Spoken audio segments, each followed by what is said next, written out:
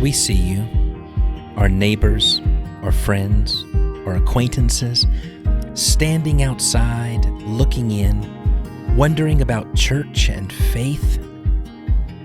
You may never ask us a single question, but we know you're wondering the same things we do. Is there any meaning to this life? Where do we go when we die? Is God calling me? This Sunday, we invite you to rediscover church, that we're not so different, you and me. Church is not just for insiders. Ask Jesus. He's been waiting for you.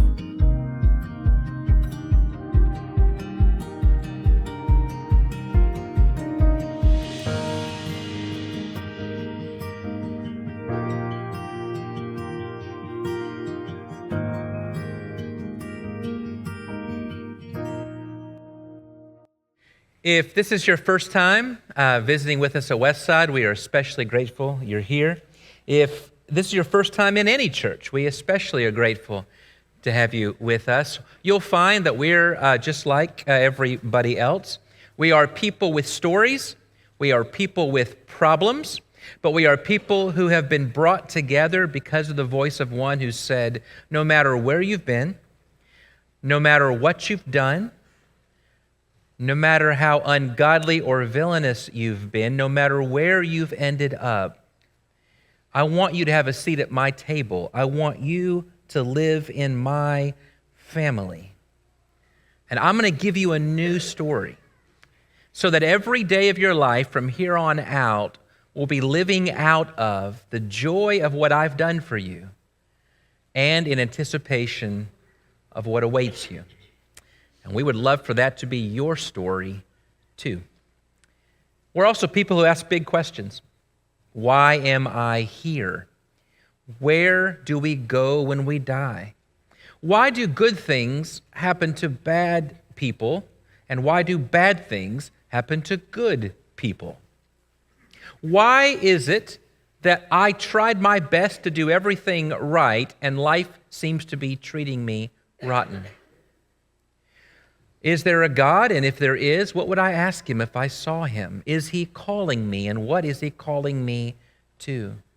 How do I make the most of the rest of my life? And is there a more satisfying way to live my life than what meets the eye? These are just some of the many kinds of questions we could ask. And over the next 12 weeks, we're going to be dealing with a fraction of those big questions that we can ask.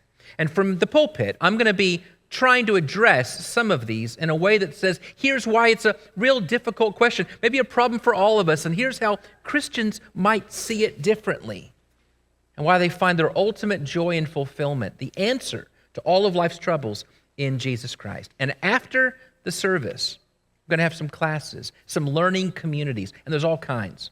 We've got one that meets in here that's going to talk about how the Old Testament is fulfilled in the New Testament with types and shadows. There's a class just for young adults about marriage relationships. Upstairs, as I mentioned before, we're going to be talking about these big questions, diving deeper into them in a judgment-free zone, intended for those of you who are new to the faith or questioning about faith. Or if you're a church member and you want to know how to talk to your neighbor about these big questions, two of our deacons are going to be taking what's known as the Alpha course and applying it to Westside questions. And we're going to be doing that upstairs in room 209 right after service. Whatever you have in mind, I hope you'll stay. Hope you'll let one of us take you to lunch after. We're so glad you're here. I want to show you a picture, and I'm curious if you know what this picture is. This is a painting. Just want you to know that. I knew I got that one right. In my undergrad days, I wanted to take some honors courses so I could graduate with an honors degree. And one semester, there was an honors class being offered, but it didn't have enough students to make. And so my advisor asked me if I would take the class so the class would make. It was a senior level art history course for art history majors in the Honors College. To say that I faked it through this class would be an understatement. But I do remember one thing, the professor actually helped me enough to give me a painting to do my research paper on, and it was this one. And I remember looking at it and then turning it sideways and squinting and asking the question that all art teachers hate students to ask. What is this supposed to be? He was very kind to me. He said, listen, I know your background, and knowing your background, I figured you would enjoy this. The person who painted this is Vasily Kandinsky. And he was a preacher of sorts. He was a theosophist who threw all that away so that he could focus on what he thought to be the most pure form of communication. He thought he could do with art what musicians say they can do with music, capture pure feeling and spirit in a painting. That's great, I said. Now, what is this supposed to be? And he said, well, I'll cut to the chase. You're not supposed to ask that question, but if you want to know, Kandinsky would tell you that here he paints the themes of resurrection, the judgment day, the flood, and the Garden of Eden. It's all there. Do you see it? Ask John Keller or Steve Choate, and they will tell you that's all there and more, and they'll tell you more than you ever possibly could have imagined about this painting. But my takeaway was that I never would have even thought there was anything more to it until I talked to someone who has spent their life studying it. And I wonder if life is like that for us. I'm curious if you take a look at just sort of how your life has been. If I was able to get a copy of your phone, which is actually recording a narrative of your life, whether it be in the photos and videos section or it be the social media that you use, I could piece together a narrative of your life, and it would seem like everything is there. There are all your birthdays. There are all your great celebrations and triumphs, all the vacations you've been on, all the jobs you've had, all the difficult moments when the people you dated and the people who you broke up with. There's your stays in the hospital. There's your times attending funerals. And now I've got a video of your life. Now here's the question. Is that all there is? Or does your life hold something more than what I can piece together from the profiles you've posted about your life? I'm curious because in 1969, Peggy Lee recorded a song where each verse describes an event in her life that at first seemed so grand, so wonderful, but it always ended up leaving her feeling empty. There was going to the circus. There was falling in love. But if you listen to the verses, each verse led to the same chorus, and these are the words. Is that all there is?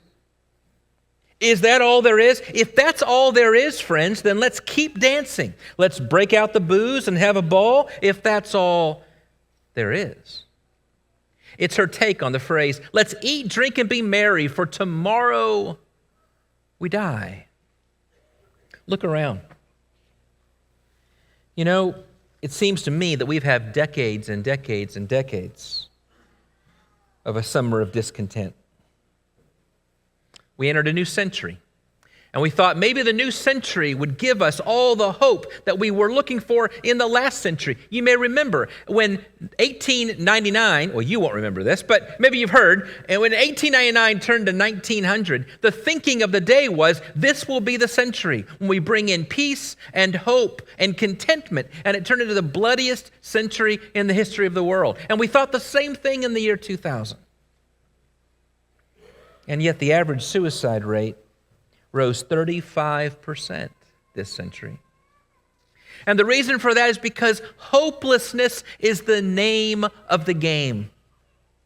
We're the most advanced civilization in the history of the world. Do you realize that the chief mode of transportation 200 years ago was the same as it was 2,000 years ago. We have grown exponentially. But there's more self-help books than there's ever been before. There's more people trying to figure out what's wrong with them than ever before. Hopelessness is the name of the game. We have a hole in our soul, and we can't seem to fill it. We long for something more. Now, there are clues in our culture. Hopelessness seemed to be the theme of Green Day's song, Boulevard of Broken Dreams in 2004. If you're a young Gen Xer or an older millennial, you may remember this song. Billy Joe says, "I walk alone. My shadow is the only one that walks beside me." But keep listening, and you'll see this line in every chorus. Sometimes I wish someone out there would find me. Till then, I walk alone. All right, older Gen Z folks, maybe you remember Harry Styles, Sign of the Times in 2017. He says, life is nothing more than feeling stuck and dodging bullets. And he says, just stop your crying.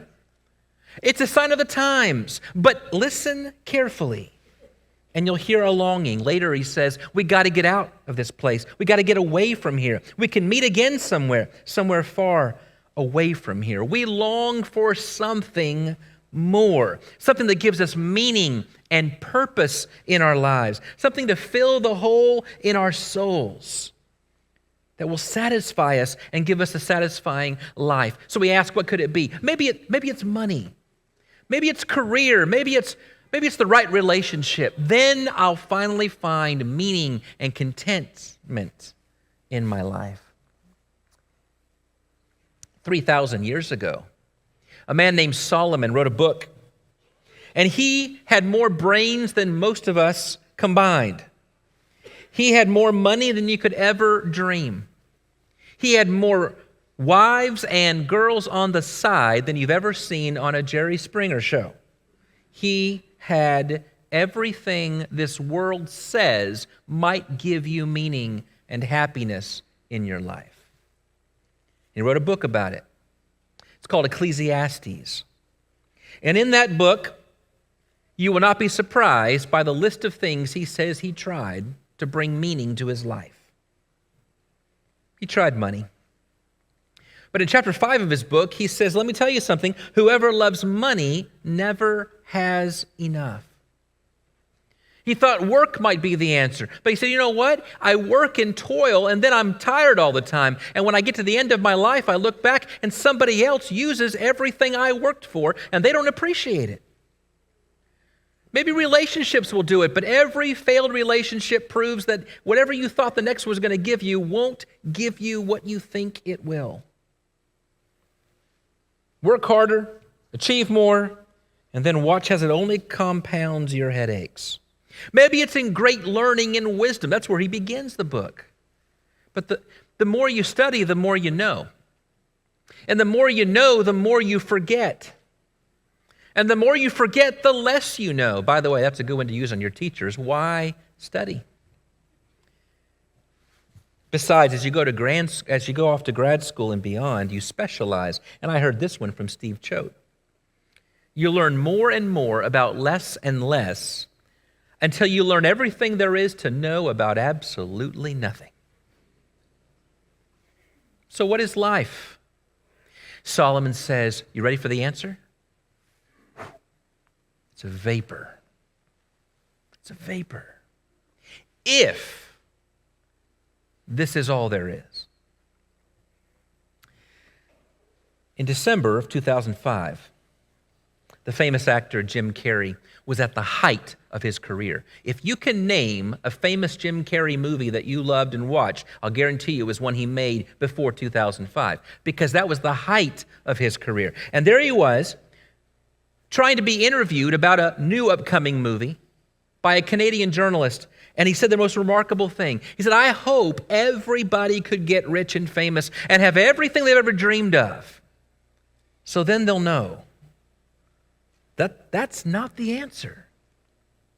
Hope and peace and contentment are things we all long for. But youthfulness doesn't last. Money doesn't heal all wounds, and every technological advancement only makes the problem worse. Every day in our newspapers or in the events of our lives, we come face to face with the chilling reality, the harshness of life, the brutality of injustice, and the nagging questions that won't go away. Is this all there is? And the church says no. No. What if I told you that the God I see in Jesus Christ has the answers to all of life's longings, the things that money can't fill, that your relationships can't fill, that even religion, as you probably have heard it or know it, can't fill? And the answer is a person, and his name is Jesus Christ. And on one occasion, in the Gospel of John, Jesus stood up and said, I am the way, the truth, and the life. And packed into those 10 words are 3 incredibly important claims that lie at the heart of our deepest longings. The first is that he says, I am the way. What way? Think of something, some major movement in history that has brought about goodness and beauty in the world. And I bet you I can point to something that comes to us through Jesus Christ. Did you know that in the first century it was a dangerous thing to be born?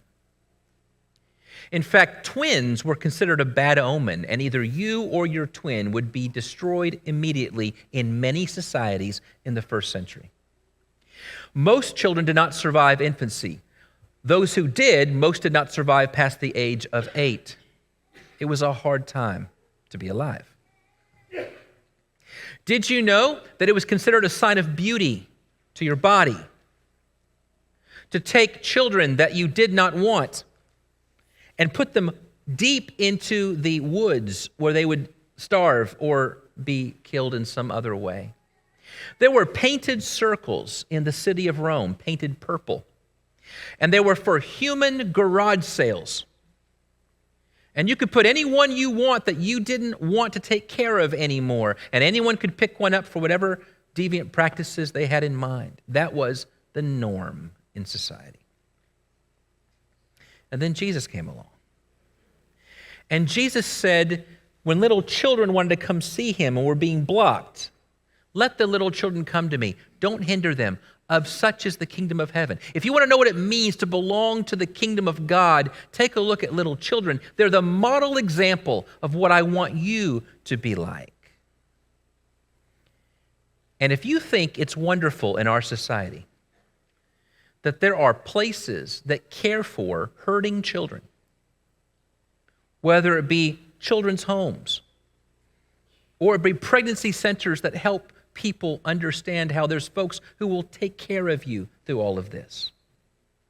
It's not a coincidence that you won't find that in the ancient world, but you find it throughout Christian history. In the 2nd century, there was a letter describing Christians, and it said, let me tell you who these people are. They marry, they beget children, but they don't destroy their offspring. That was a phrase in the 2nd century to describe what made Christians unique. Did you know that there really was no such thing in the ancient world as an organized charity effort? You can't find it. Polybius said, no one gives anything to anyone if they can help it.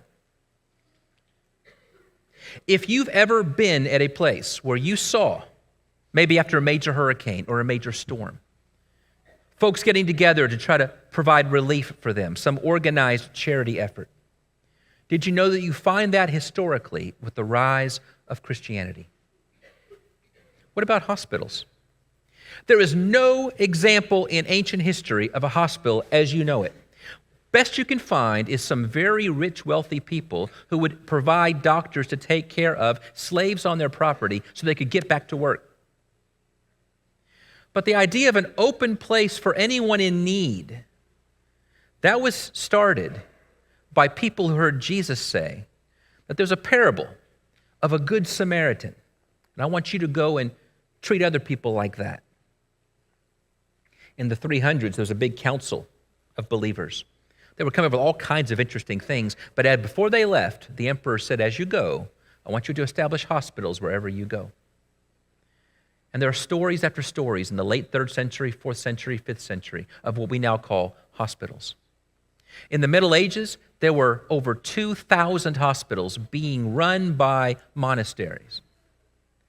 To prove the point, think of the closest hospital to where you grew up, and let me ask you if the name Baptist, Methodist, or Jude is on it. It's not a coincidence.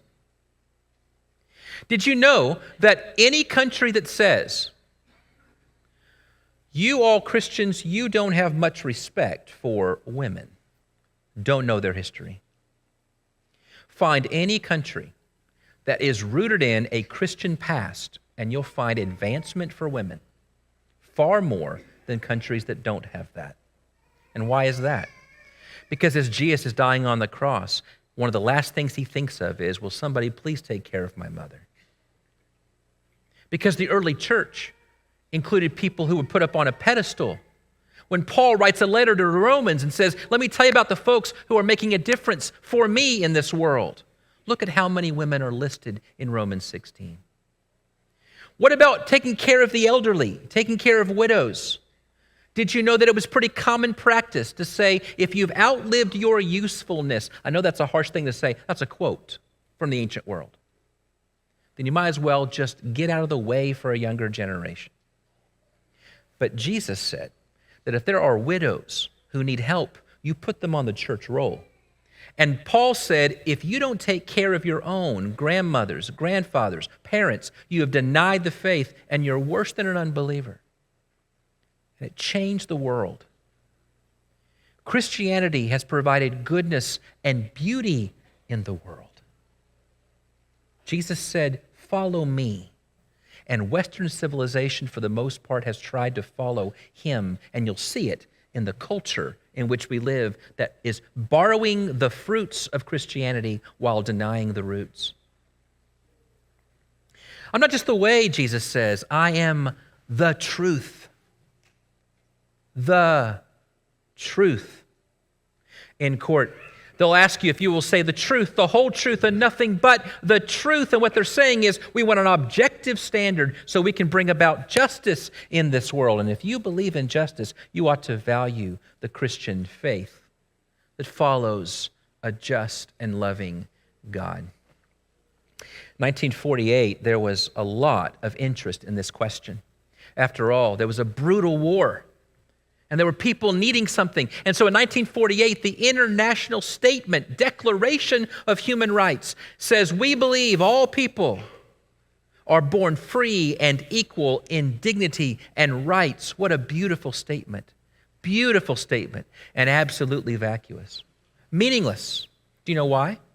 Because in ancient Greece, there were far more slaves than slave owners. But slave owners were the only ones who could vote or write the laws.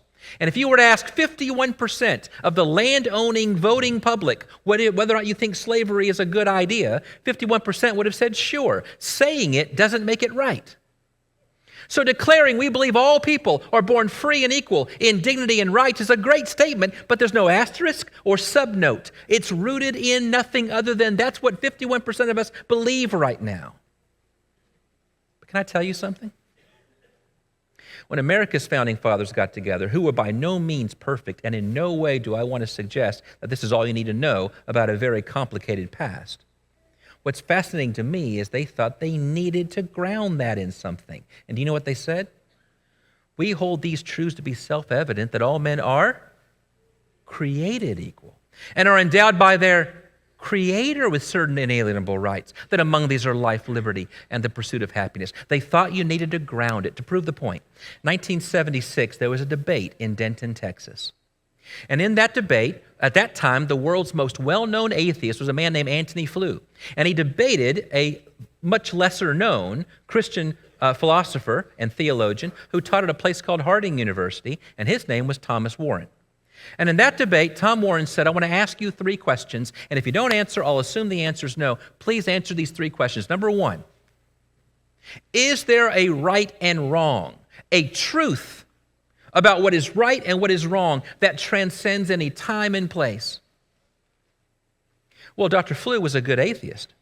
And he knew that if he said yes to that, he's referring to a transcendent principle. But transcendent means above the natural and the physical. But if there's anything above the natural and the physical, you can't say that all there is the natural and the physical. So he said, no, there's no such thing as an objective truth about right and wrong that transcends time and place. Question number 2. When the Nazis put little children in boxcars and coated the boxcars with quicklime, so when they closed the door and shut it, and they ran that train, that quicklime would burn the skin off their little bodies. And the fortunate ones didn't survive. Was that wrong?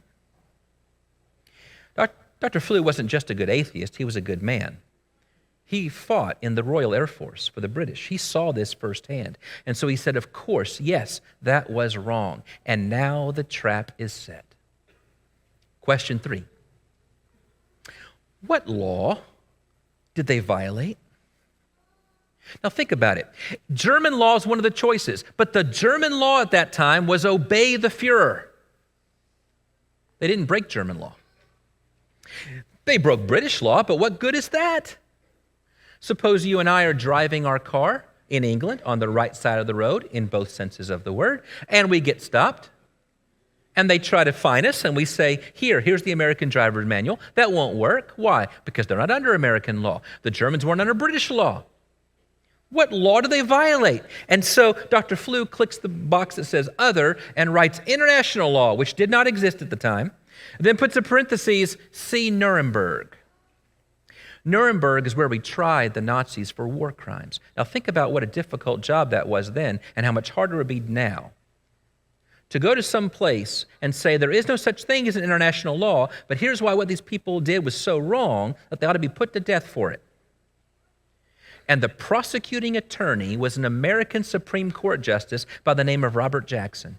And in his closing speech, he told this group of jurors and judges from all different countries, here's why they ought to be tried for what they did was wrong, objectively wrong. And his answer was, because there's a higher law that transcends time and place.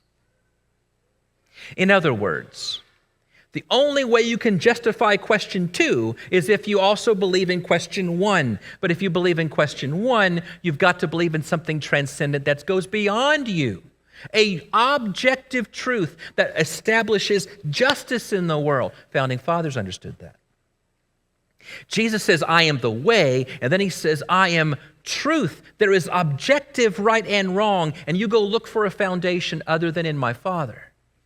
You'll have a hard time finding it.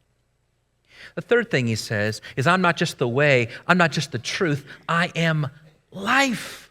I am the life. I'm where you find real, true, meaningful life. And he says it explicitly. Jesus, again in John's gospel a bit later, Jesus says, I came that they may have life and that they may have it abundantly. Now that's the English Standard Version.